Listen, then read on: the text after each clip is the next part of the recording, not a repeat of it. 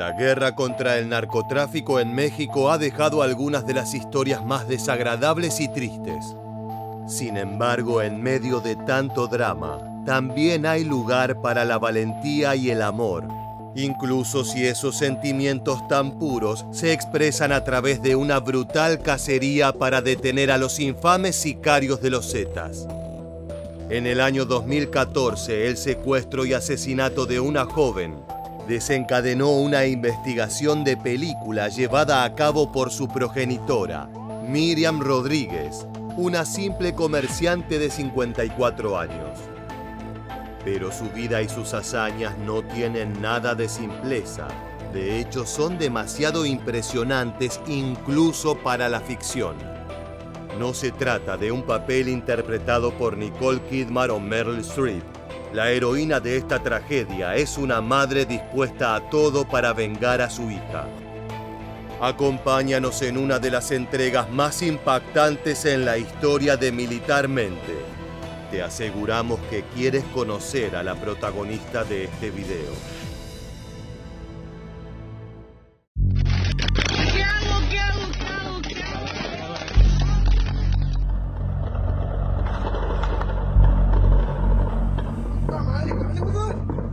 Estoy grabando.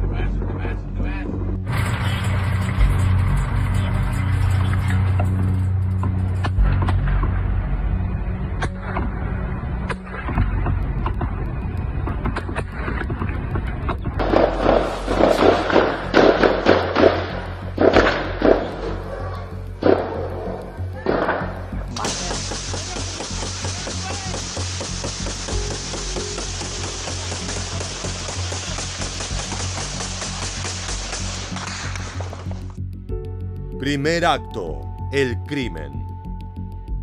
Lo que acabas de ver y escuchar no corresponde a una zona de guerra en Medio Oriente, sino a una ciudad mexicana, San Fernando, Tamaulipas. El año 2014 fue una época especialmente oscura. La región se convirtió en el epicentro de la violencia de numerosos cárteles, en particular de los temidos Zetas, el más brutal de todos. Ese grupo inició como brazo armado del Cártel del Golfo, pero pronto sus métodos sádicos, que incluían la tortura y el desmembramiento, les permitieron conformar un frente independiente. De esa manera se transformaron en una de las principales amenazas a la seguridad de México, con negocios tanto en el narcotráfico como en el secuestro de personas. El 23 de enero de 2014, Karen Rodríguez, una joven de apenas 16 años que trabajaba en el negocio familiar, regresaba a su casa luego de una jornada extenuante. En ese momento, dos camionetas rodearon su vehículo y la detuvieron de forma violenta. Hombres armados la sacaron a la fuerza y se marcharon con ella, amenazándola a punta de pistola. En primer lugar, la llevaron a su casa para corroborar si podían tomar algo de valor. Afortunadamente no había nadie en la vivienda. Tal vez la presencia de otra persona hubiera desatado una masacre incluso peor. Karen fue amarrada y amordazada. En ese momento alguien tocó a la puerta. Era un mecánico que había sido llamado para reparar la camioneta familiar. Los secuestradores entraron en pánico y lo agarraron también a él. Después huyeron. La familia Rodríguez se percató de inmediato del secuestro, una práctica desgraciadamente común en San Fernando. Con el dinero obtenido por esos ataques, cárteles como los Zetas financian sus guerras callejeras contra otras organizaciones narco. Las manifestaciones que reclamaban justicia eran cosa de todos los días.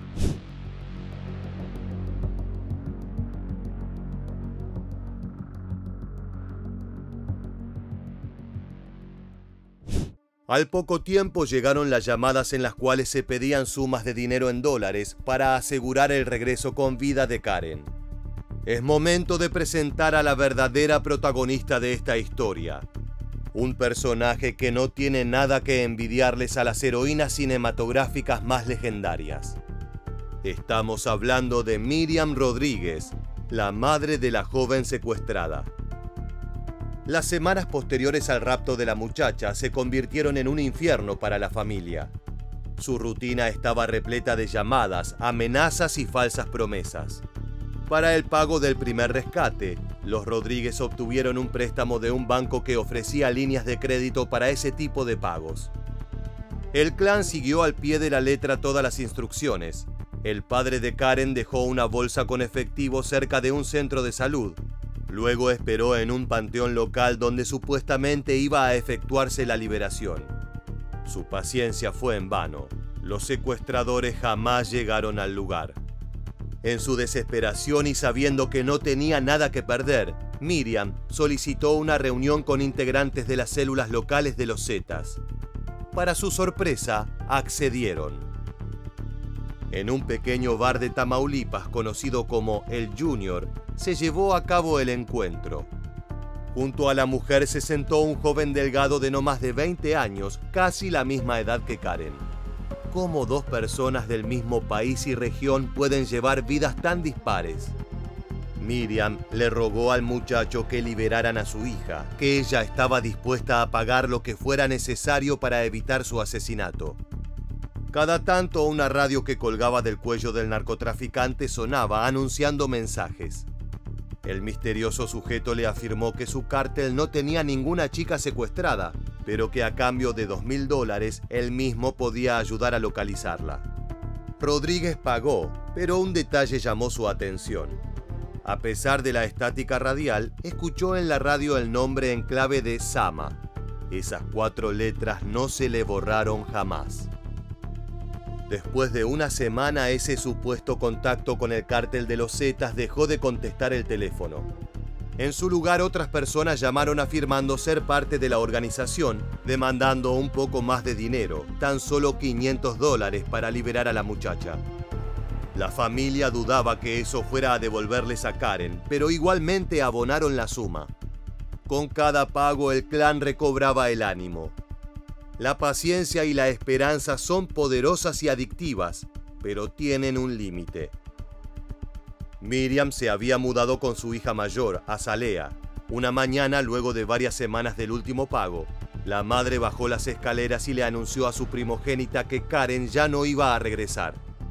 La mujer había atravesado el duelo en silencio y ahora tenía la seguridad de que su amada hija había sido asesinada hacía tiempo. Pero eso no fue todo. Dijo que no descansaría hasta encontrar a la gente que se llevó a Karen, que los cazaría uno por uno hasta darles muerte.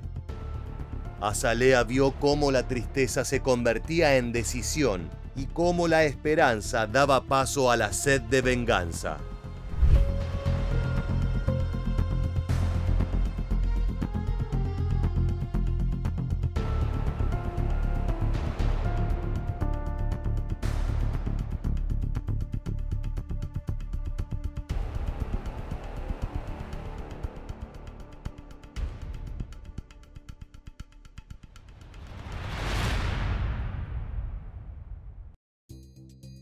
Segundo acto, la venganza.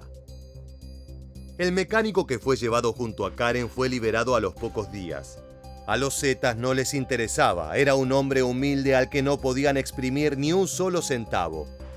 Miriam lo contactó y lo interrogó para saber cualquier cosa que hubiera visto o escuchado. Ella ya no confiaba en la policía, por lo que decidió emprender su propia investigación para dar con los responsables.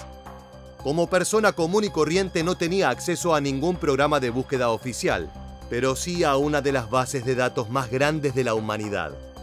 Una en la cual se encuentran prácticamente todas las personas, las redes sociales. Miriam sabía que incluso los narcos de poca monta suben fotos y alardean sobre sus crímenes. Tan solo debía esperar a que uno de ellos se descuidara. ¿Recuerdas ese nombre que la mujer escuchó a través de la radio? Sama se convirtió en su primera pista.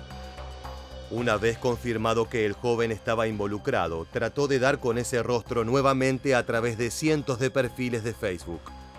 Su cacería dio frutos una mañana cuando encontró una fotografía etiquetada con ese nombre. De inmediato lo reconoció. Junto a él había una muchacha con el uniforme de una heladería a 2 horas de San Fernando.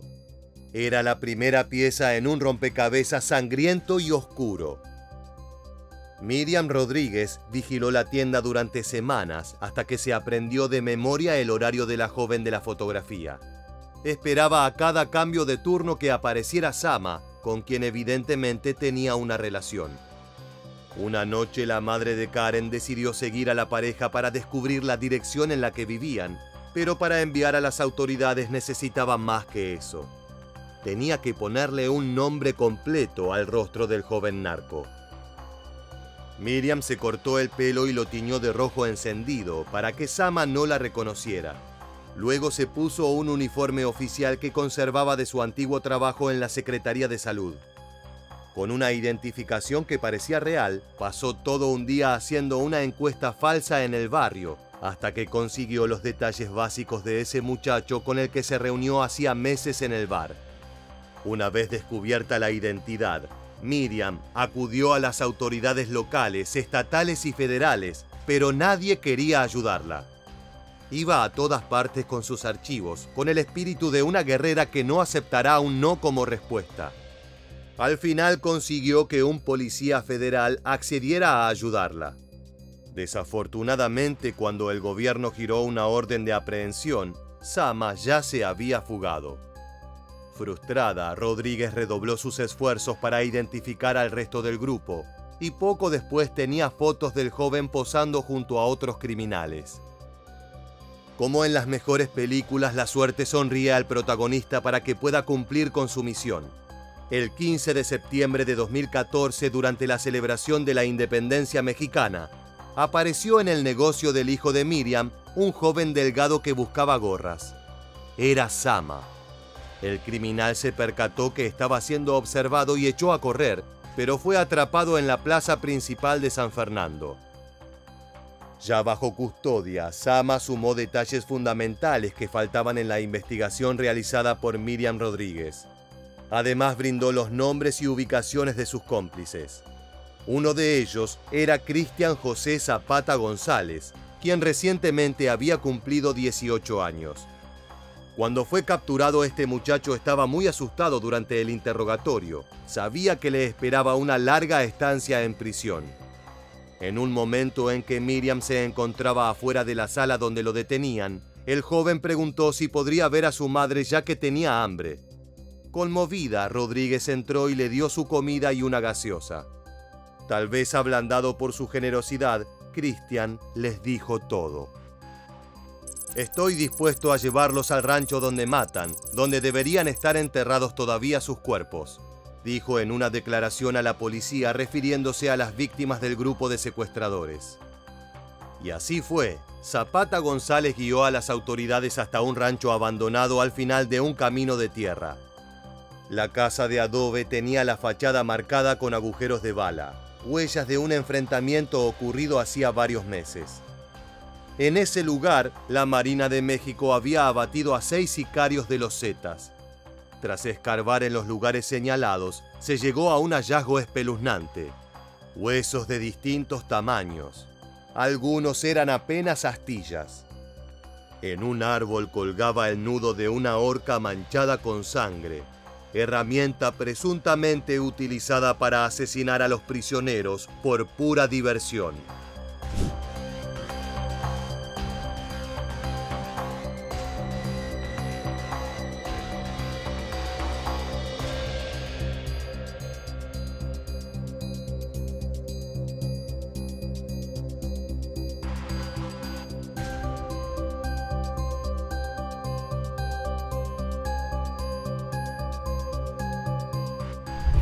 Miriam encontró allí pertenencias de Karen, por lo que estaba segura que su hija había pasado en ese rancho las últimas horas de su vida.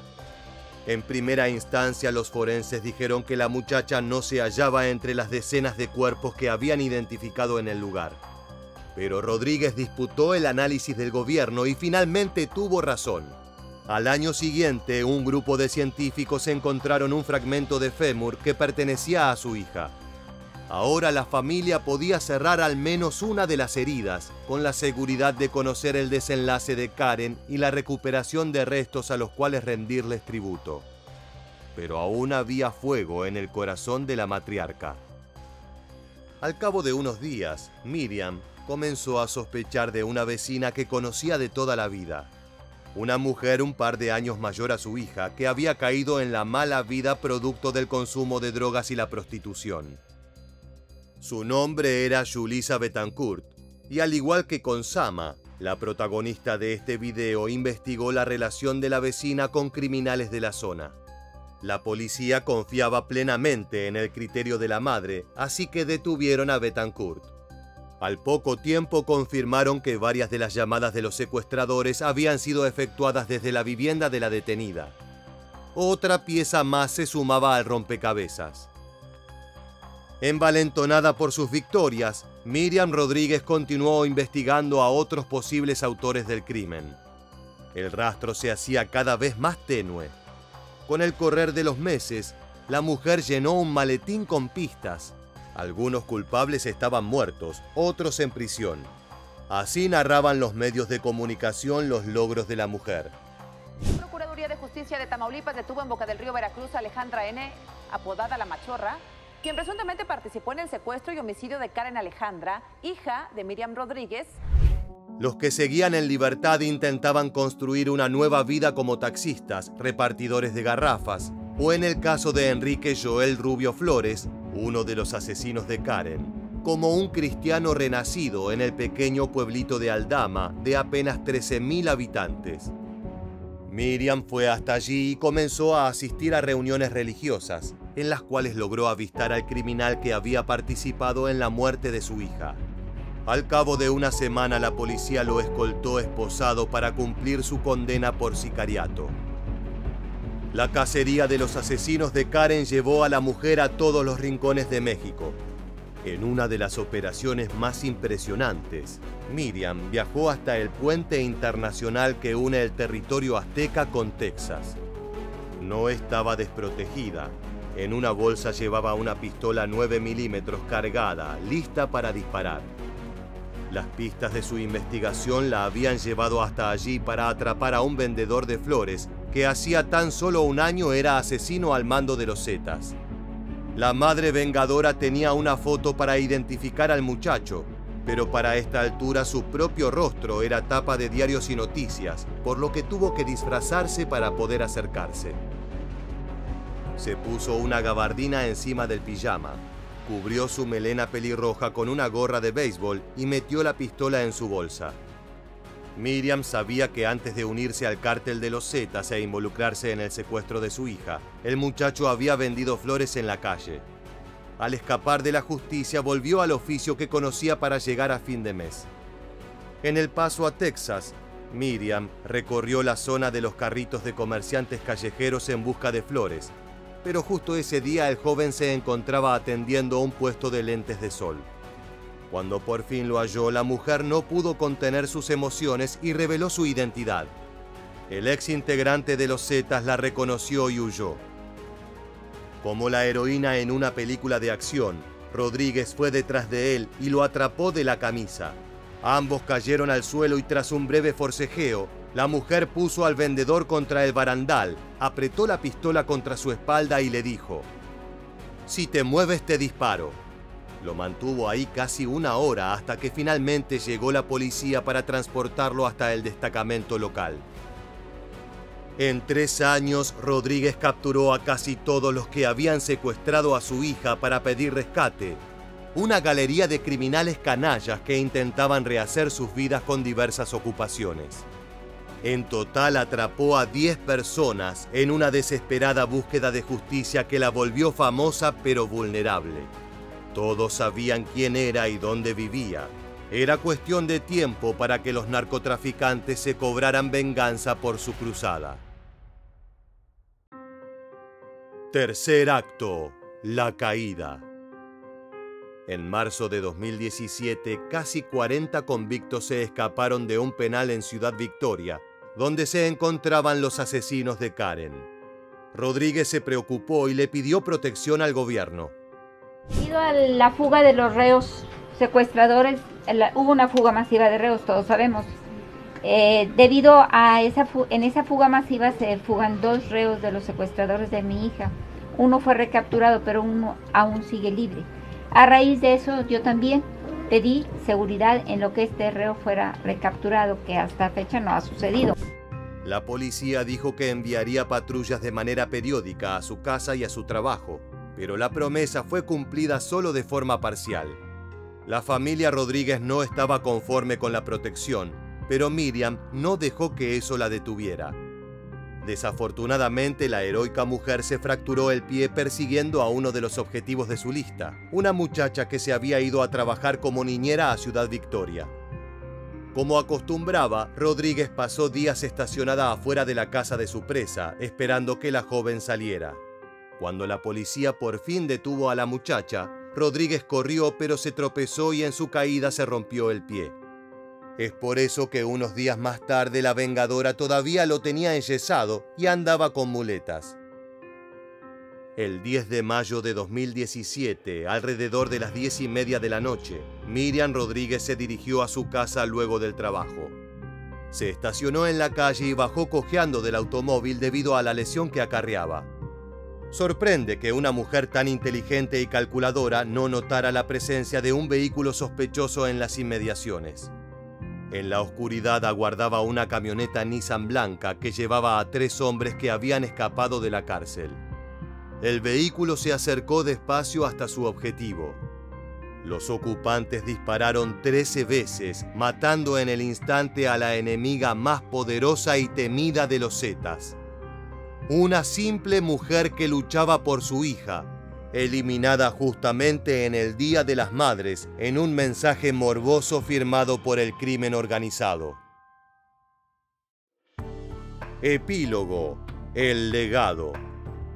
La influencia de Miriam Rodríguez va mucho más allá del éxito de su cacería.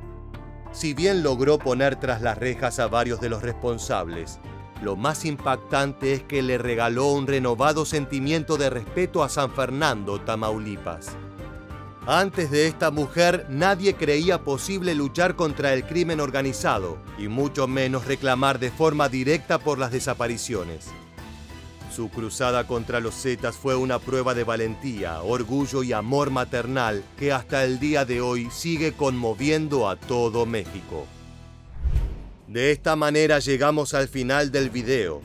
Si te gustó este contenido en el cual analizamos historias épicas dentro del crimen organizado, te invitamos a suscribirte y activar las notificaciones. Sin más, nos despedimos hasta la próxima entrega de Militarmente. Gracias por acompañarnos.